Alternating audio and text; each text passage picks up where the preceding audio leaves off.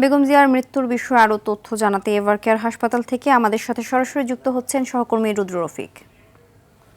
রফিক, খালেদা জিয়ার মৃত্যুর খবরে শোকাহত নেতাকর্মীরা কি বলছেন, সেখানকার পরিবেশ পরিস্থিতি আমাদের জানাবেন।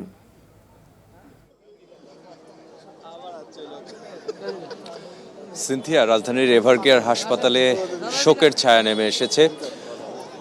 সাবেক প্রধানমন্ত্রী বিএনপি চেয়ারপারসন বেগম খালেদা জিয়ার মৃত্যুর খবর শুনে কিন্তু নেতাকর্মীরা দলে দলে এভারকেয়ার হাসপাতালের সামনে এসে ভিড় করছেন। আপনি নিশ্চয়ই দেখতে পাচ্ছেন রাজধানীর এভারকেয়ার সামনে এখন শত শত নেতাকর্মী তারা এসে জড়ো হয়েছেন। তাদের প্রিয় নেত্রীর হারানোর যে শোক, সেই শোকে শোকাহত হয়ে তারা এখানে এসেছেন। তারা মূলত নেতাকর্মীরা যেটি বলছিলেন যে বেগম খালেদা জিয়ার মৃত্যুতে আসলে গণতন্ত্রের যে অগ্রযাত্রার অপূরণীয় ক্ষতি হয়ে গেছে। তিনি দীর্ঘদিন হাসপাতালে চিকিৎসাধীন অবস্থায় ছিলেন। আপনি নিশ্চয়ই জানেন, গত 23 নভেম্বর বেগম খালেদা জিয়া ফুসফুসের সমস্যা নিয়ে রাজধানীর এভারকেয়ার হাসপাতালে ভর্তি হন এবং 27 নভেম্বর তার অবস্থার অবনতি হলে তাকে সিসিইউতে ভর্তি করা হয়। এরপর থেকেই নানা ধরনের সংকটের মধ্য দিয়ে যাচ্ছিলেন তিনি। বেগম খালেদা জিয়ার চিকিৎসা নিশ্চিত করার জন্য, সুচিকিৎসা নিশ্চিত করার জন্য কিন্তু দেশের বাইরে থেকে বিশেষজ্ঞ চিকিৎসক দল এখানে আসেন। লন্ডন থেকে চিকিৎসকরা আসেন, চীন থেকে চিকিৎসক দল আসেন। দফায় দফায় কিন্তু চিকিৎসক দল রাজধানী এভারকেয়ারে আসেন এবং বেগম খালেদা জিয়াকে উন্নত চিকিৎসার জন্য তাকে কয়েক দফায় কিন্তু বিদেশে নিয়ে যাওয়ার চেষ্টা করা হয় এবং এয়ার অ্যাম্বুলেন্স আনার বিষয়েও কিন্তু চেষ্টা করা হয়। সব মিলিয়ে বেগম খালেদা জিয়ার সুচিকিৎসা নিশ্চিতের জন্য কিন্তু সব ধরনের চেষ্টা বাংলাদেশ জাতীয়তাবাদী দল বিএনপির পক্ষ থেকে করা হয়েছিল। এছাড়াও কিন্তু সরকারের পক্ষ থেকেও কিন্তু সব ধরনের প্রস্তুতি নেওয়া হয়েছিল। এখানে অসংখ্য নেতাকর্মী ভিড় করেছেন। আমরা একটু চেষ্টা করব নেতাকর্মীদের সঙ্গে কথা বলার জন্য। আপনি একটু বলবেন কোথা থেকে এসেছেন, কখন এসেছেন, কি পরিস্থিতি দেখছেন? আসসালামু আলাইকুম। আমি গাজীপুর থেকে এসেছি। বোর্ডে যখন খবর পাইছি, খবর পাওয়ার পরে রওনা হয়েছি গাজীপুর থেকে। আমাদের প্রিয় নেত্রী, দেশনেত্রী বেগম খালেদা জিয়া, বাংলাদেশের গণতন্ত্রের মাতা, আজকে আমাদেরকে কাঁদিয়ে, বাংলাদেশের মানুষকে কাঁদিয়ে না ফেরার দেশে চলে গেছেন। আমরা তার বিধি আত্মার মাগফিরাত কামনা করছি। প্রিয় নেত্রীর জন্য সবার কাছে দোয়া চাচ্ছি। আপনারা সবাই দোয়া করবেন, আল্লাহ যেন তাকে বেহেশত নসিব করে। কিছু বলতে পারছি না। শুনছিলেন দেশের বিভিন্ন প্রান্ত থেকে কিন্তু নেতাকর্মীরা এসেছেন, ঢাকার আশেপাশে সব জায়গা থেকে নেতাকর্মীরা এসেছেন। বেগম খালেদা জিয়ার ইতিমধ্যে দলের পক্ষ থেকে কিন্তু জানানো হয়েছে আগামীকাল বাদ-জোহর মানিক মিয়া এভিনিউতে তার জানাজা অনুষ্ঠিত হবে এবং শহীদ প্রেসিডেন্ট জিয়াউর রহমানের সমাধির পাশেই কিন্তু তাকে সমাহিত করা হবে।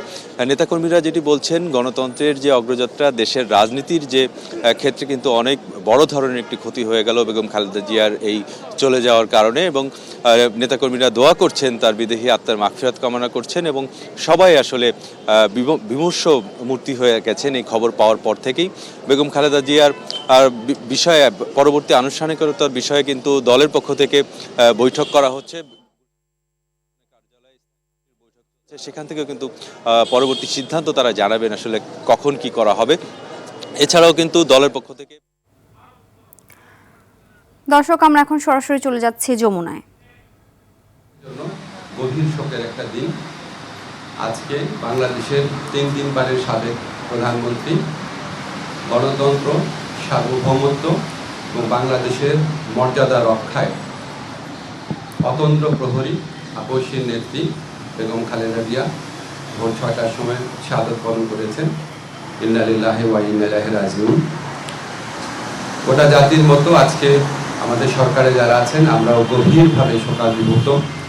এই শোকের পরিবেশে আজকে বিশেষ আয়োজনে প্রধান উপদেষ্টার সভাপতিত্বে উপদেষ্টা পরিষদের একটা বিশেষ সভা অনুষ্ঠিত হয়েছে। সভার শুরুতে সাবেক প্রধানমন্ত্রী বেগম খালেদা জিয়ার মৃত্যুতে দাঁড়িয়ে 1 মিনিটের নীরবতা পালন করা হয় এবং তার আত্মার মাগফিরাত কামনা করে মোনাজাত করা হয়। মোনাজাত পরিচালনা করেন আমাদের ধর্মমন্ত্রী। সবাই বেগম জিয়ার মৃত্যুতে আগামীকাল থেকে 3 দিনের জন্য রাষ্ট্রীয় শোক প্রস্তাব গৃহীত হয়েছে এবং আগামীকাল সাধারণ ছুটির ঘোষণার সিদ্ধান্ত হয়েছে। সবাই বেগম জিয়ার মৃত্যুতে একটি শোক প্রস্তাব গৃহীত হয়। শোক প্রস্তাব পাঠ করেন আমাদের তথ্য ও পরিবেশ উপদেষ্টা। সবাই সিদ্ধান্ত হয় যে বাংলাদেশে যত দূতাবাস আছে পৃথিবীর বিভিন্ন প্রান্তে সেখানে শোক বই খোলা হবে। সভায় বিশেষ আমন্ত্রণে অংশ নেন বিএনপির মহাসচিব জনাব মির্জা ফখরুল ইসলাম আলমগীর। তিনি সাবেক প্রধানমন্ত্রী বেগম খালেদা জিয়ার পক্ষ থেকে খালেদা জিয়ার পরিবার বেগম খালেদা জিয়ার পরিবার এবং দলের পক্ষ থেকে অন্তর্বর্তীকালীন সরকারের প্রতি কৃতজ্ঞতা প্রকাশ করেন এবং বেগম জিয়ার নিরাপত্তা সহ সকল ক্ষেত্রে প্রয়োজনীয় সহযোগিতা প্রদান করার জন্য ধন্যবাদ জানান। মির্জা ফখরুল ইসলাম আলমগীর সাহেব আমাদের সভাকে অবহিত করেন যে আগামীকাল বুধবার বাদ জোহর জাতীয় সংসদের দক্ষিণ প্লাজা এবং এর সংলগ্ন মানিক মিয়া এভিনিউতে বেগম খালেদা জিয়ার জানাজা অনুষ্ঠিত হবে। জানাজার পর তাকে শহীদ রাষ্ট্রপতি বীর মুক্তিযোদ্ধা রাষ্ট্রপতি জিয়াউর রহমানের পাশে দাফন করা হবে। ওনার দাফন করা হবে শহীদ রাষ্ট্রপতি জিয়াউর রহমানের পাশে। আজকে সভায় বেগম জিয়ার দাফন এবং জানাজা সম্পর্কিত বিষয়ে সরকার সব ধরনের সহযোগিতা প্রদান করবে বলে জানিয়েছেন মাননীয় প্রধান উপদেষ্টা।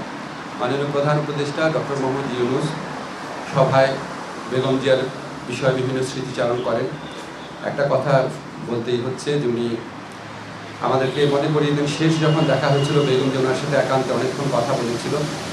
আপনারা জানেন সেনা সদরে যে অনুষ্ঠিত হয়েছে প্রোগ্রাম, সেখানে উনি অত্যন্ত উৎফুল্ল ছিলেন, সবার সাথে কথা বলেছেন এবং উনি সঙ্গে স্মৃতিচারণ করেছেন মাননীয় প্রধান উপদেষ্টা। এবং উনি এটা বারবার বলেছেন যে আজকে এরকম এই জাতির এই বিশেষ মুহূর্তে আমাদের বেগম খালেদা জিয়ার উপস্থিতি অনেক প্রয়োজন ছিল। গোটা জাতি ওনার জন্য দোয়া করেছে, আল্লাহর ইচ্ছা উনি চলে গেছেন। কিন্তু বাংলাদেশের ইতিহাসে বাংলাদেশের প্রতিটি মানুষের হৃদয়ে বাংলাদেশের প্রতিটি আত্মমর্যাদাশীল গণতন্ত্রকামী দেশপ্রেমিক মানুষের হৃদয়ে ওনার অবস্থান অক্ষয় অবিনশ্বর হয়ে থাকবে। আমি ব্যক্তিগতভাবে মনে করি বাংলাদেশের ইতিহাসে এত শ্রদ্ধা, এত সম্মান, এত ভালোবাসা নিয়ে এরকম একজন নেতৃত্ব চলে যাওয়া এটা একটা বিশেষ মুহূর্ত এবং আমরা বাংলাদেশের প্রতিটা মানুষ এই শোকে একত্রিত হয়েছি। একত্রে আমরা আগামীকাল শোক দিবস পালন করব, এরপরে দুদিন শোক দিবস পালন করব।